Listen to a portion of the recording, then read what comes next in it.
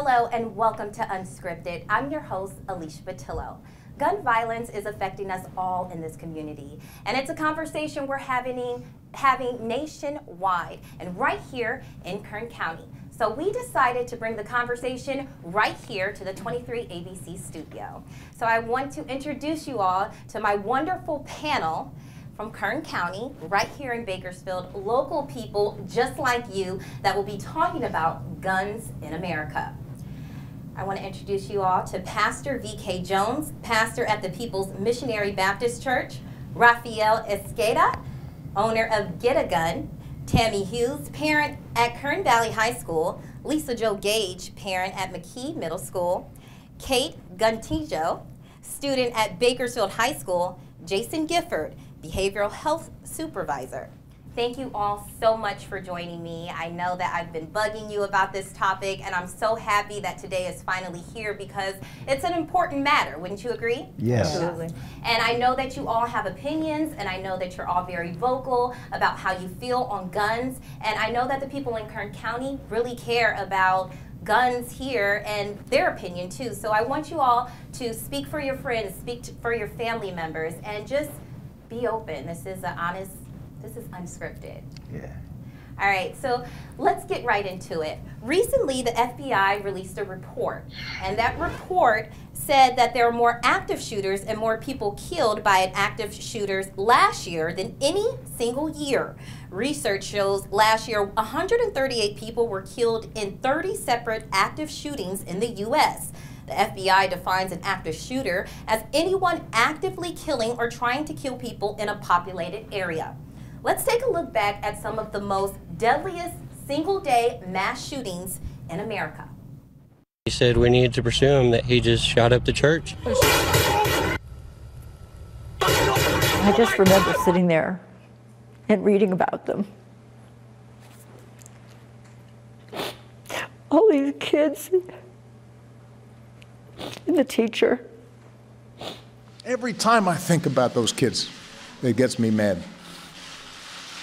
The 21st graders of the Sandy Hook Massacre. It was a night of, terror and horror and all of that stuff, but we wanted to change the date and, kind of make it our own. Investigators say a shooter walked into the packed club and opened fire before killing 49 and hurting so many more. They came here simply to worship, but police say he was here solely to kill, confessing to shooting and killing 9 people in this historic black church in Charleston Wednesday.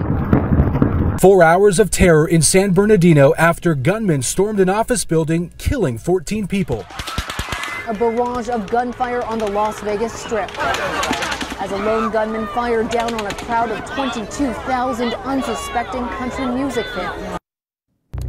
Watching those images, how did that make you feel, Pastor V.K. Jones? It's disturbing. Especially when you consider that it doesn't have to be that way. It's really disturbing to watch and to know that those people had to go through that horror. Lisa Jo. I think that it's just it touches every individual that sees it, even if you're not connected to it. But knowing that that could happen at this point in our society can happen anywhere at any time. It's not something that used to be. Growing up, I don't remember that happening, but now it's more frequent as we move forward.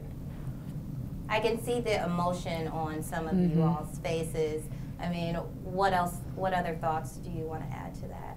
It's just scary as a parent. I'm gonna get emotional. Just to think that any day when my child goes to school, they might not come home because something happened. And you feel like there's nothing you can do. And as a student, I mean, I know I showed clips of Parkland, the recent shooting that happened at a school. Kat, you are an 11th grader at BHS. Your thoughts? It humbles me to think that it could happen at any time, especially with BHS being such an open campus. They're working on fixing that right now, but because of where we're located, it could happen at any given moment. We're lucky to have BHS go on lockdown when instances like someone is suspected with a gun approaches the campus. they take the correct measurements in that sense, but it could happen at any point. Now, days after that Parkland shooting, where a former student killed 17 people, President Donald Trump tweeted this, and I want to bring up the tweet. In a tweet saying, quote, "I never said give teachers guns. What I said was to look at the possibility of giving concealed guns to gun-adept teachers with military or special training experience. Only the best. 20% of teachers, a lot, would now be able to." What do you all think of President Donald Trump's tweet? You know, he didn't say give all guns to teachers. He said give guns to teachers who are qualified, who went through special training. That's a big difference. So what are your thoughts on that? Who determines what that special training is? And why is that's an additional duty given to a teacher who is already struggling to teach our children in this type of society? Why not have security on the campus that are trained and know how to do it, rather than put another duty onto the teacher? I think if a teacher wants that responsibility and is willing to go through the training and to do what's necessary, that teacher ought to have that option. The coach teacher that was killed in Parkland, instead of having, if he had been allowed to conceal carry, instead of using himself as a human shield to protect his students and losing his life, maybe he could have brought that situation to an end a lot quicker without loss of life for the students or himself. But think about it as a student. How would you feel if your teacher had a weapon and possibly used that against you as a student in the classroom? I don't think that would be an issue. The teachers have respect. I don't see why they would actually use a gun against a student themselves. But it's another tool, a tool in the classroom to not only teach while you're there, but also to protect your class.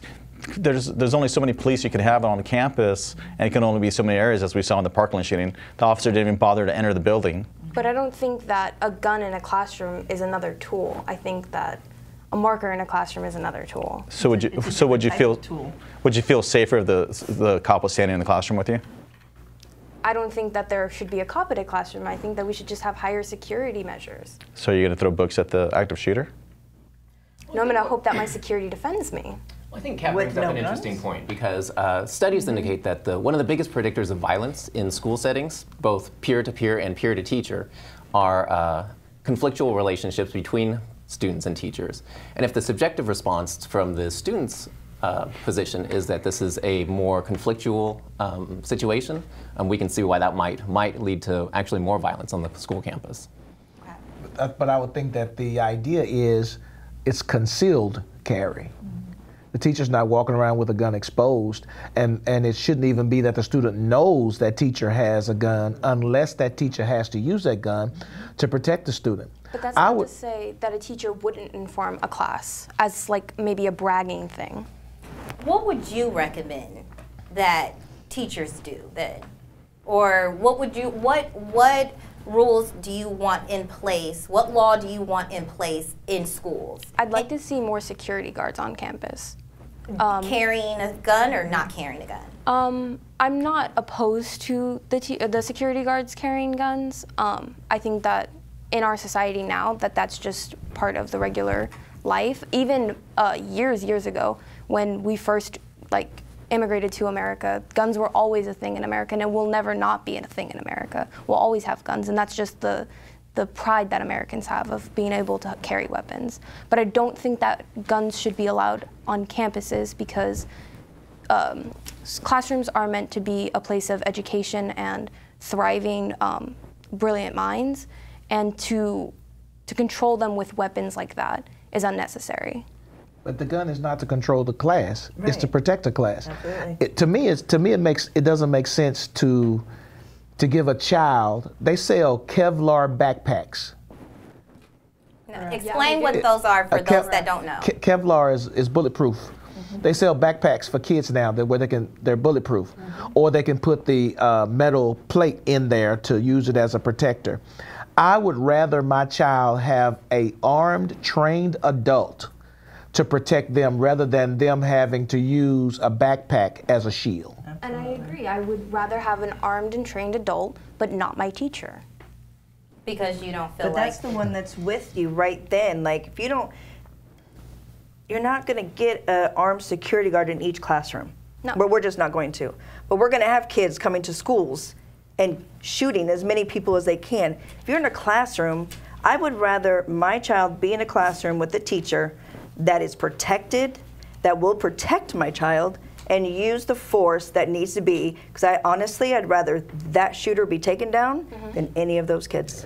Exactly. So when you have a CCW in a classroom, don't you have to have the weapon locked up in the back of the classroom in a safe, a gun safe? Well, in California, there is no guns allowed on campus. Right. That was passed this year. Yes, Yeah. unless you're a current peace officer or a retired peace officer. The only people allowed to. So are those the men that, or men and women that are in the police cars on our campuses? And But realistically, how many teachers are going to go and get that additional training?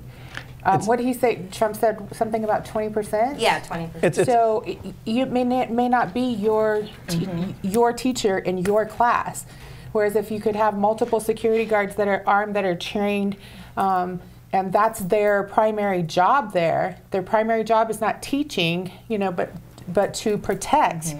Then I think that to me would make more sense than to know what if there's an active shooter. I don't want my child to be like, oh my goodness, does my teacher have a gun? I don't know. Or does that teacher have a gun? Who has a gun? Who's going to protect us?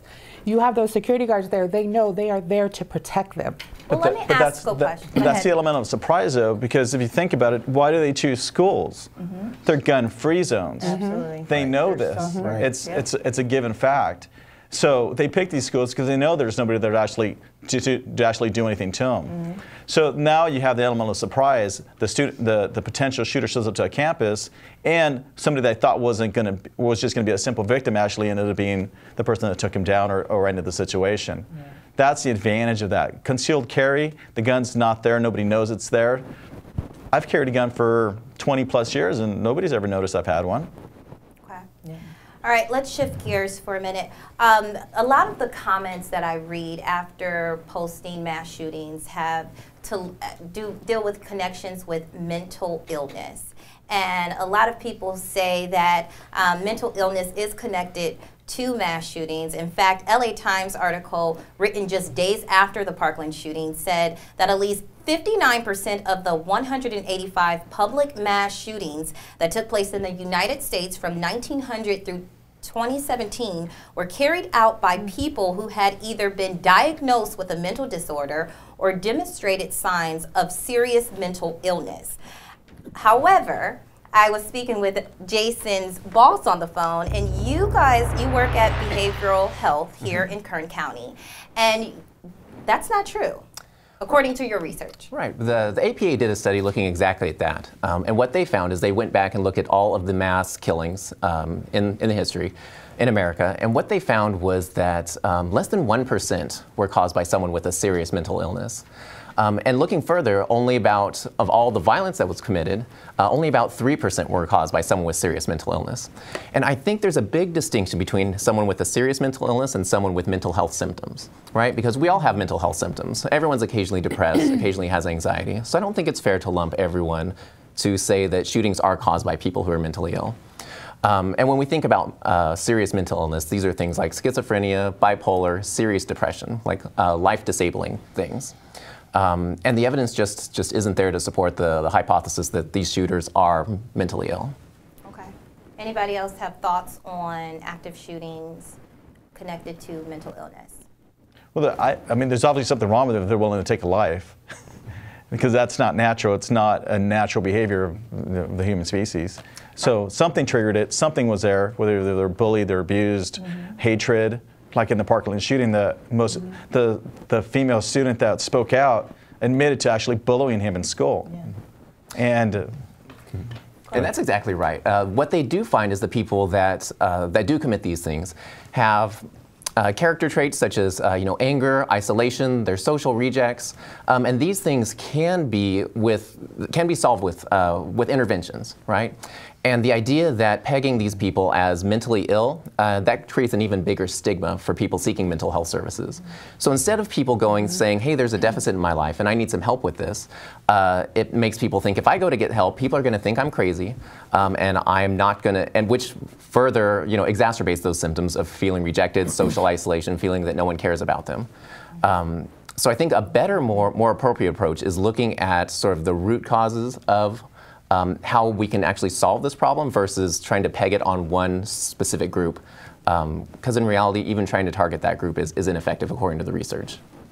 And it's going to get worse if, in fact, we start denying the right to keep a gun, own a gun, for a person. If someone, they're trying to pass legislation where I can walk in and say, hey, I think so-and-so's having problems and it's an issue, and then without any due process, without anything, I fill out the paperwork, and then if they own guns, they take them.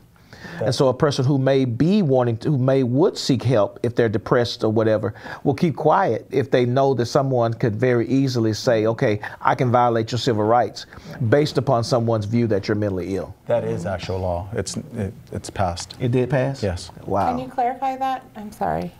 So currently, if you feel somebody's in danger to themselves or others, and they're a firearm owner, you can actually call the local police department, or I'm pretty sure it's the police department, and they will actually go take their firearms. Wow. Without any investigating, they process after the fact. And then what happens after they take the guns? They get a mental evaluation, and they're not able to have a gun ever again? No, it depends after the mental evaluation. Wow. But as a general rule, once the police get your gun, it's hard to get it back. Yeah. All right, let's move on to a different topic. Here locally, there has been several incidents at our local schools involving guns or bullets. Just 2 days after the Parkland shooting, bullets were found in the school bathroom at Foothill High School. And later that month, there was several shooting threats found in the bathroom at Bakersfield High School, as well as McKee Middle School. Now, I know I have parents here, and I have a student who attends Bakersfield High School. What is the problem? Why do students feel that it's okay to write shooting threats on the bathroom, bring bullets to school? What's the issue? They don't take it serious. They think it's all a huge joke. There's no respect towards these big issues, hot button issues like gun reform. And your parents. And I know just before the show, we talked a little bit about your student, your child being at McKee, and your child is where? Kern Valley High School. Where there was another threat. There was, like 2 or 3 of them. And so walk me through phone calls, I guess, that you got from that you received from your What child. phone calls? I didn't get any. What phone calls? We weren't notified. We were not notified by the school. The threat was made. They didn't put the children on lockdown. My son came home from school. They were told the fire department were on campus, the police were on campus, and my son and the children were told, just keep going to your classes. They weren't locked down. We weren't notified. So the children come home and tell us this. We have nobody that we can contact to find out what's really going on. I made contact the next morning at 8 o'clock to the superintendent and got the runaround. Well, it was not credible, but we couldn't tell anybody till the police closed the case. Well, why was the case not closed if it was found non-credible? This doesn't make any sense. We didn't receive notification until about 9:30 or 10 o'clock the following morning. The principal at my daughter's school, Mr. Myers, he, during a parent, teacher, and facility everything thing, he said that he didn't feel there was reason to let the parents know. Because it wasn't, they were up until 2 in the morning searching the students' houses, interviewing the students and all of that, and they said because it wasn't a credible threat. And I said, okay, well that's great that you did your job, but let us know that there is a threat. You did investigate, and this is what happened. So I proceeded to ask him what the protocol is for if there is an active shooter that goes on my child's campus. And he said that they're trying to make our children think on their feet, so if there is an active shooter, run down the street and call your parents from your cell phone. That's what the principal That's what the principal said.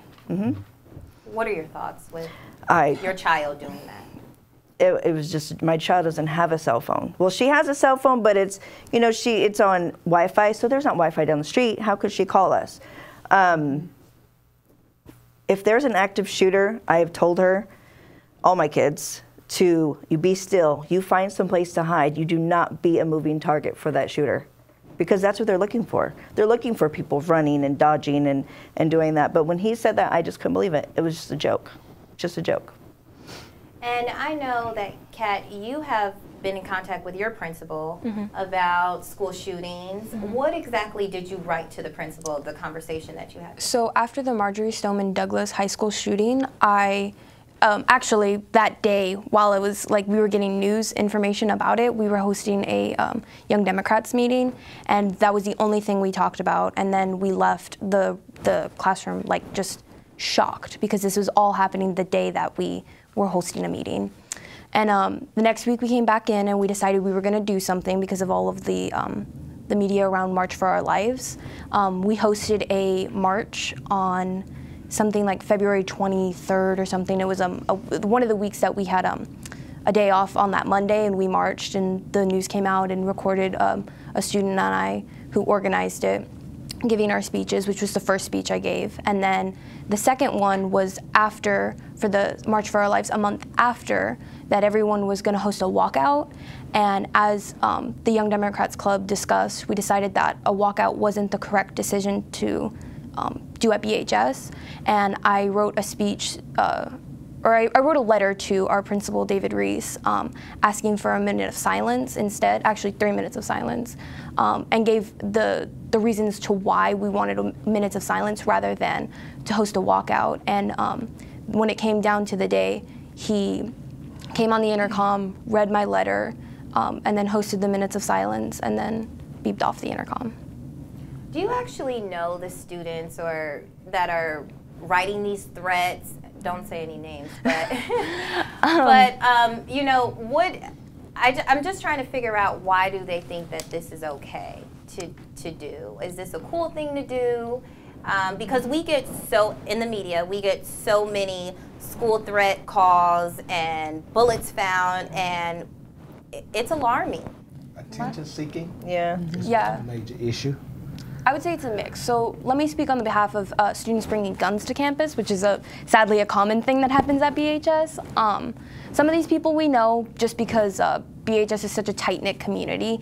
Even with the 3,000 students, it's like everybody kind of knows someone. There's a student recently arrested that I knew, and it was just shocking because it's that weird sense of, oh, but he wasn't like that. But he was, and that's why he got arrested, which is exactly what should have happened, because he did bring the weapon on campus. I'm sad to say that maybe 7 times out of the 3 years that I've been at Bakersfield High School, someone has brought a weapon on campus, and the process is usually a lockdown, and then police come and investigate. My son knew the one the young girl that made the threat at McKee, and that's why he said, you know, once they found out, you know, who it was, or the rumor had it, he said, I wasn't worried about it because I knew she wouldn't do it. Well, how do you know she wouldn't do it? Did your son report it? No, it was reported. No. The whole school was, the police were there and everything. It was it was just going around by that time. The rumor mill had taken off and who it was and who had written it. But once they said it, then he was like, oh yeah, I wasn't worried because I know her. You don't know her. Doesn't mean anything. I think in high school, it's maybe a social hierarchy, because a lot of the students get caught with these weapons because they're posting on Snapchat. There's a sort of pride, maybe, that like you're filming yourself whipping a gun around like that. It's a reputation they want. Yeah, it's a front they're putting on. Yeah, they just want to be cool, and they think it's funny, and it's not. It's not. And I know recently a student was arrested and sent to juvenile hall for having an airsoft gun on the campus of Independence High School. So it seems like, I don't know if in every case they're buckling down on these students who are doing this and are getting caught, or do you think that administration needs to do a little bit more? Absolutely. I think there should be no open campuses. There's only 2 currently in Kern High School District. Well, I'm just saying, like, my daughter's high school's open. People can come and go on the high school, even just, you know, to the football field or whatever. It should be closed off. When I was in high school, I had a friend of mine who was shot and killed on campus during lunchtime, and our campus was shut down. That was it. It was barbed wire and, you know, one entrance in through a gate to the parking lot and one entrance out. And then if you go to the office, you're checking in and you're beeping in. And that's what they need to do. They need to treat it like it's going to happen every day. We need to make sure nobody comes in with anything. But I think our efforts shouldn't just stop at the school gate, right?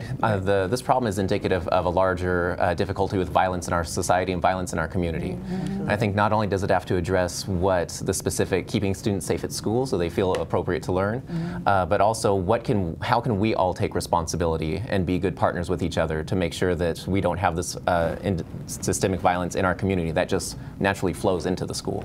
I want to feel safe on campus, but I don't want to feel like I'm in a prison. Because I'm not. I'm going to school. I shouldn't have to have tall barbed wire fences protecting me. But wouldn't you rather have that than the fear of somebody coming in and just shooting it up? I don't think I should be punished by barbed wire fences. It's not punishment. It's extra security. So hire extra security. Or arm the teachers. Or arm the teachers, yeah, absolutely. Well, and I think Kat speaks to a really good point that part of what we want to think about when decreasing violence in schools is also the idea of collaboration and coordination with between both parents and students. We know that the most effective interventions are the ones that everyone buys in on. And that I think that's a really important piece that Kat speaks to about the need for those empowered to listen to those who maybe aren't in total control. Something to say, Raph? Well, one of the biggest factors that we deal with, especially with these children bringing guns to school, is the parenting. I mean, where are the parents? Why do these kids have guns? They're not old enough to buy them, and I guarantee they're not their parents' guns, so they're obtaining them from different sources. And what happened with these students? Were they suspended? Were they criminalized? I mean, do we know who these students were? Was it gang related? Did somebody actually take a gun from their parents' safe if they kept it in a safe, stored it properly? Those are all factors that when you look into, it's a lack of respect for others. You don't take a gun to school. It's not what you do, But back 30, 40 years ago, when people had them on the gun racks when they went to school and drove there because they hunted after school, that was normal. The problem with society nowadays is the social influence, the video games, the lack of parenting, lack of respect towards others. You don't, back 30, 40 years ago, when I went to school 20 years ago, we didn't cuss out our teachers. We didn't get in a fight with our teachers. We didn't abuse our teachers. We were there to learn and respect them, and vice versa. And nowadays, it's completely opposite. We see it in the news with all the high school problems that we're dealing with here in Kern County. But it just, again, then that's what he's saying. It's more of a societal issue, and this is just one of the outlets is the school shootings or the church shootings or the different violence, but it is a societal issue. Part of what makes it a societal issue is the glamorization of the acts through the media. Correct. If you take someone that's disaffected, feels like they're not getting respected, feels like the world owes them something, one easy way to get back at everyone is by taking acts like these. And the more that we put this on the air, make them the sort of anti-hero, the more enticing it becomes to do this. Yeah, they're martyrs, right? Yeah. All right, California gun laws, we know, are among the strictest in the nation, one of the most strictest in the nation. So to purchase a firearm, I want to talk a little bit about this. You need a valid driver's license. Firearm safety certificate test needs to be passed, a background check, plus you need money to buy a gun, which I've learned all this from visiting with Raphael. He has owned Get a Gun for over 10 years. It's a firearm store in Kern County, and he was explaining the hoops that you have to go through to get a gun. Expand a little bit for the viewers that may not know how difficult it is to buy a gun in California. It's really not. The biggest issue with purchase of a firearm is dealing with the background issue. So you need a valid driver's license or California ID. You'll need to take a firearm safety certificate test. It's a simple 30-question test, multiple choice. Unless you're a peace officer or you have a CCW, which you would still have to go through the basic process. Picking out a gun is honestly the hardest part about buying a gun. Passing the background check, it's a 10-day waiting process. Partial federal, partial state. The state does check for 5150s, restraining orders, court issues, suspended driver's licenses. There's a lot of issues that do affect it. Obviously, felons can't buy firearms. Domestic violence abusers can't buy firearms. Once the 10 days are up, you either get approved, denied, or delayed. Once you come in with an approval, you pick up your gun, good to go. Okay. Talk about some of the misconceptions that people may have with purchasing a gun, getting your license, getting your CCW, and we'll go into those facts a little bit later. But so a misconception that everybody gets approved. It's actually really hard to get approved. Because there is issues that do come up in people's background checks. Like biggest thing, I mean, believe it or not paying your child support, you can't buy a gun. A lot of people don't know that because they suspend your driver's license, so therefore you don't have a valid driver's license and you can't buy a firearm. If you had a ticket out of state, red light camera type of thing, you don't know about. Warrants issued 5 years later, they pop up. Gun show loopholes. You hear about this all the time in the news. It's fictitious. It does not exist. It's completely impossible to do that. There's laws, there's federal laws, there's NICS background checks that the other states do. Now, some of the other states, you can. You walk in, you do a background check, and it's immediate. They call it into the feds unless you have a CCW, and then they issue it right then and there. California does have a 10-day waiting period, though. The only state that has that, is that correct, or one of the no, only like states? Alaska. I think Alaska's like 3-day. I think Nevada. It varies. It varies all over the nation. Unfortunately, I've only ever lived in California, but I do deal with some of the other states. Yeah, can we see the CCW graphic right now? Just some of the facts. So fully automatic guns are banned, correct? Yes. Okay. Since 1934. Okay. And a 10-day wait background check, which you were just talking about. And ammo changes July 2019. That's correct, Let's talk about that. So in July of 2019, you'll have to do a background check to be able to purchase ammunition in the state of California. That's it. Your thought? Why? You can have the gun, but you can't have any bullets? You can't have any ammunition? Because they've determined that you can't, since they can't take guns away from us, it's harder than they think it is, then they're going to go after the ammunition. But the ammunition is to stop straw purchases on ammunition. So say Joe Blow has a gun and illegally obtained, he can't legally go in there and buy ammunition, so he'll send his girlfriend or friend or whatever to buy the ammunition. And that's where that comes into play there. So it's no real deterrent. Well, we don't know yet. The law goes into effect July of 2019, and when that finally hits and it goes through, we'll see what the proponents of it are. They don't ever really specific as far as the way the laws work until we actually get shoved down our throats. Hasn't it been tried before though in other states? No, we're number one. We're the guinea pigs. We have it. There was a Wasserman in Florida, flat out said that since we can't take your guns, we're going to take your ammo, and that was right after the Parkland shooting. And Pastor V.K. Jones, I wanted to ask you specifically because I did go to your active shooter training that you held at your church here in Bakersfield. Right. Why did you hold that training? Why was that important to you? Because I feel like it is a responsibility, it is my responsibility to make sure that the people that come to that church are safe. And in any environment, one of the good things that Robert DeLessio did in the training was to teach that any environment, that same process works. So that we live in a society where we know there's a possibility of ending up in a place where there's an active shooting, and how do you survive that? I kind of agree and then disagree with, I can't remember which lady said about find somewhere to hide. Hiding is one of the things that you can do, but getting out of there is one of the things you can do as well. If there is the possibility of doing that without becoming the focus of the shooter. And so just the training to make people think about it. If it happens, and there's no training, you're gonna get panic.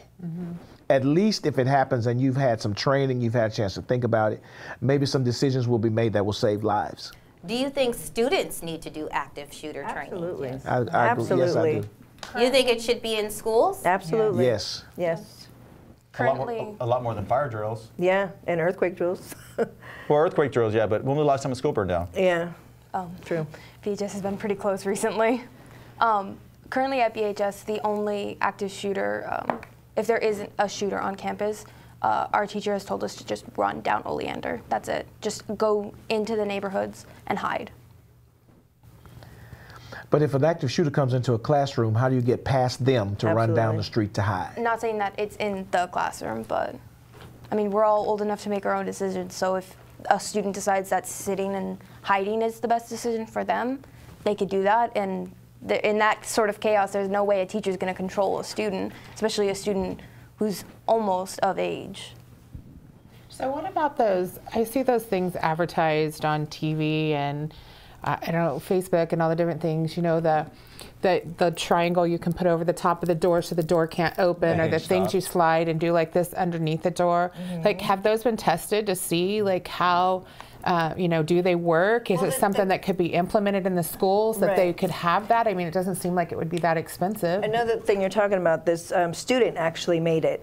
And the school all bought one for each of the classrooms. He wanted to do it to make the school safer and everything, and you just slide it on the door, it takes seconds, and then the shooter cannot get into that door. They cannot come in. Yeah. There's been videos I've seen of little kids in like first grade kindergarten where they have red tape to where they look in from the door. This is where the shooter cannot see. It's blind spots for them. They have their desk, they tip them upside down for protection and do that. There's a video I showed my kids where, because you know they mostly have their backpacks full of books. If you put 4 to 6, if you have your books, you put that in front of you. And there's a guy on Facebook that was showing that it didn't penetrate like the 3rd book or something. And so it's just like little things like that, just that needs to be, I don't know, just more drills and more safety of that nature. What do you got? Go ahead, I'm sorry. Oh, and I was going to add, and somebody with a gun who's not afraid to confront the person who's trying to do harm. Absolutely. Because it takes time. If you call the police, it's going to take time for them to get there. We see it all the time with 911 calls where the person is trying to stay alive until the police get there. If you don't have somebody on a campus with a gun, trained to use it, the person who's trying to do harm to students is going to come out on top every single time. Absolutely. And I know that media coverage, we show when there's a school shooting, when there's a church shooting, we show coverage all week if it happens, right? And we talked about this a little bit before our panel, and we talked about your frustrations. So how do you all feel about the coverage when you see things like, I mean, you just saw a video, a recap of several mass shootings that happened just within the last 10 years. I mean, how does that make you feel to keep replaying it and then having the conversation with your children? Well, you have to, you know, that it's not like a short video like you showed. When there's a mass shooting, it goes on and on and on, and it goes for days. And so the children are exposed to that.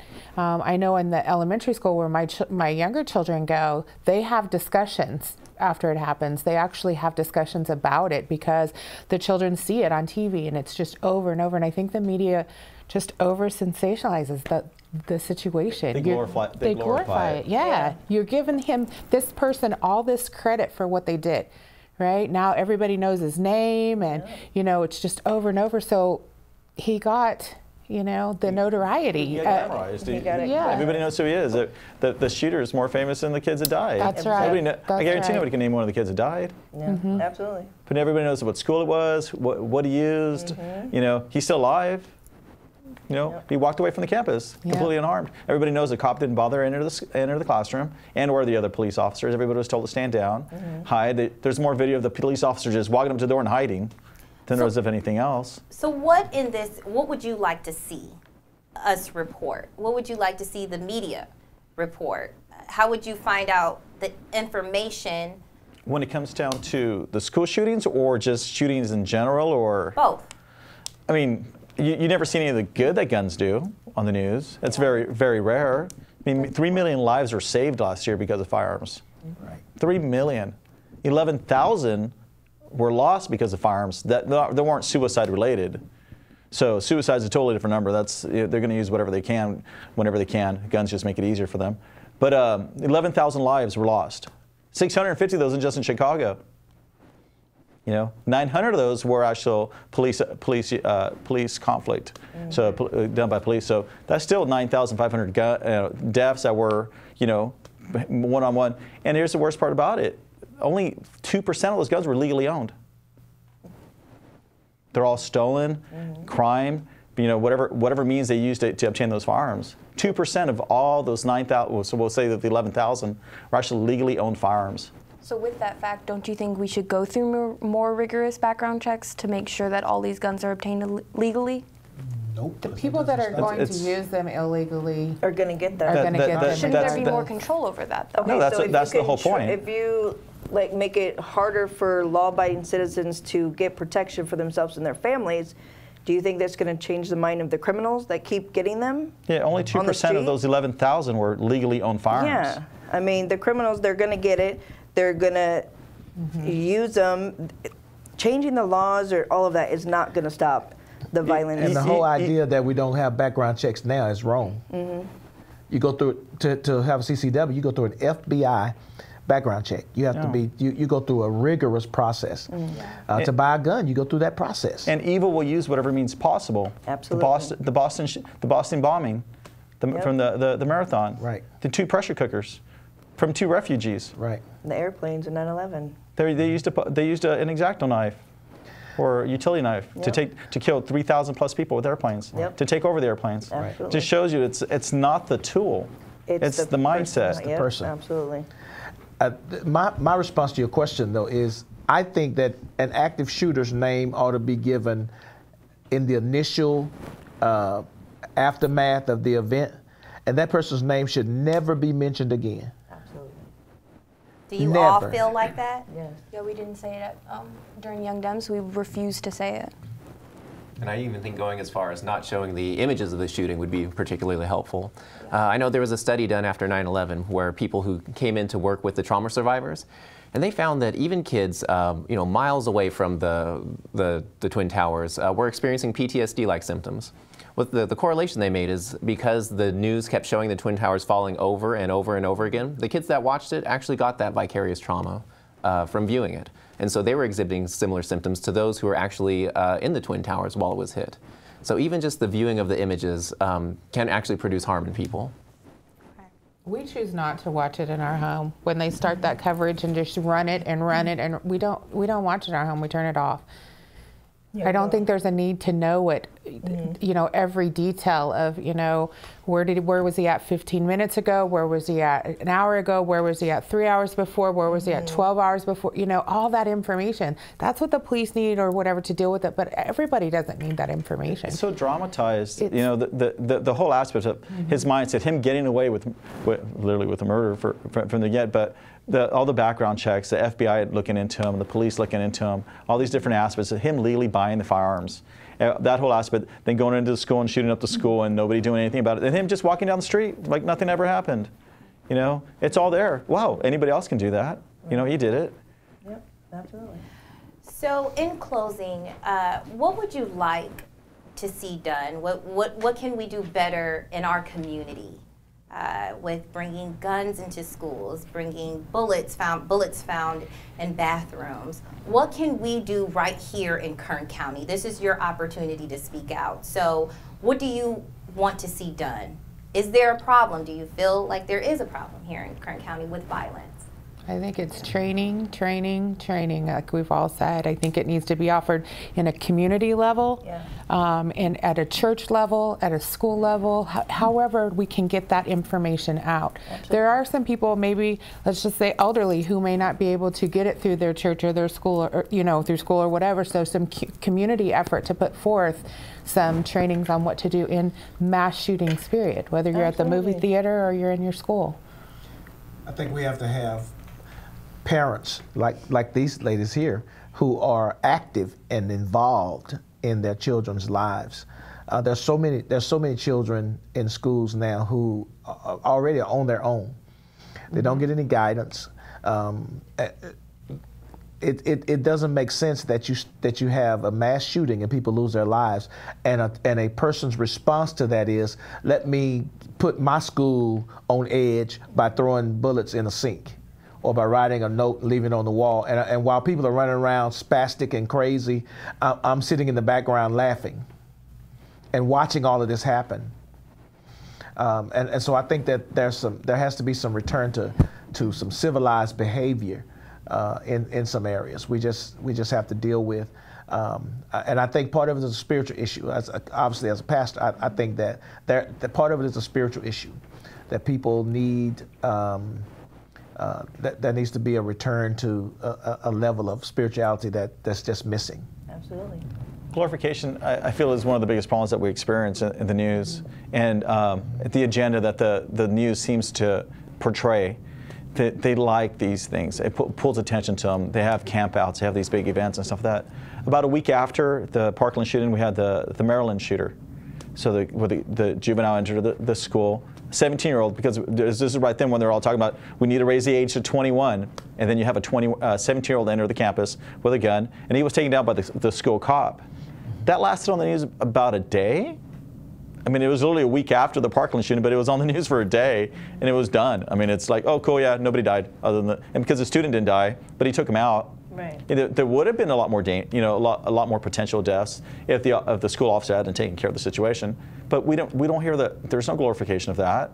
Like, hey, guns did something good. Right. You know, the gun protected the school. The peace officer did that. You know, it's different. And as far as our schools here in town being better armed and stuff, we have on the high school level, I believe there's only one officer per high school level, and that's it. They're well armed though. They have nice guns. I'll tell you that. About 2 years ago, they armed the school police officers with some nice weapons. So for that, they've got great training. They got that. But there's only one officer. You know, every time there's a bank robbery, who do they take out first? Yep. They take out the security guard. It's standard procedure anytime there's, so they take out the school officer, or they watch them go to lunch, or they watch them leave to take somebody else, and then it's a full campus ready to go. Yeah. The whole element of surprise with the potentially armed teachers to help diffuse the situation is the best resolution to it in my eyes. Absolutely. Because they don't know, hey, some teachers might be carrying guns. We don't know who, we don't know whether they do or they don't. It's that most criminals don't want to die. They want to stand their ground, do their thing, and walk away. But when the element of death is presented to them, they tend not to want to do it. Right. Absolutely. I'd like to see more armed and trained security guards on campus, but I'd also like to build relationships with them. I don't want to fear them ever. I have pretty good relationships with most of the security guards on our campuses. Or on our campus, sorry, for BHS, and they respect us if we respect them. And I think that's a very important part of high school, is building respect with your teachers, but your teachers also respecting you. It's not a hierarchy in any situation, it's mutual respect. Anything to add, Jason? Yeah, I think that maybe focusing on guns is grabbing the problem by the wrong handle. I think we even need to take a step back and focus on what makes our community unsafe, what makes people turn to violence. And we know the answer to that, right? And we can actually solve that. Instead of having different people or different agencies work in silos, you work on the education piece, I'll work on the mental health piece, how can we integrate our services together and help each other out? Because we know that create a society where children feel safe, where parents feel safe, where people have meaningful things to do with their life is really the solution to sort of the problem of violence to begin with. How do we make mental health access easier for people to get? How do we have basic necessities for people to use as resources? I think once we answer that question, maybe the whole rest of this mass shooting thing sort of just falls off. Tammy, any last thoughts? I agree with so many different things. I just really think it's a community thing. We really need to all come together and stop pointing fingers at, oh, it's mental health, oh, it's this, oh, it's this, oh, it's this. Well, then let's all come together and find a common ground and reach out to at-risk kids, at-risk families that that they need it. They don't have the parents there, or there's trouble going on at home, or the kids are getting bullied, or we need to stop this walking out and moments of silence and reach out to people. Reach out to people that are not being reached out to, because if we're just sitting there in silence, nothing's being done. Yeah. If we're on our cell phones, nothing's being done. Yeah, don't blame the tool, blame the mind behind the tool. Absolutely. I want to thank you all so very much for being here with me tonight, and I want to thank the viewers out there for tuning in to our first episode of Unscripted. If you would like to find out more about firearms in Kern County, please log on to our website, turnto23.com. I'm Alicia Patillo. Good night.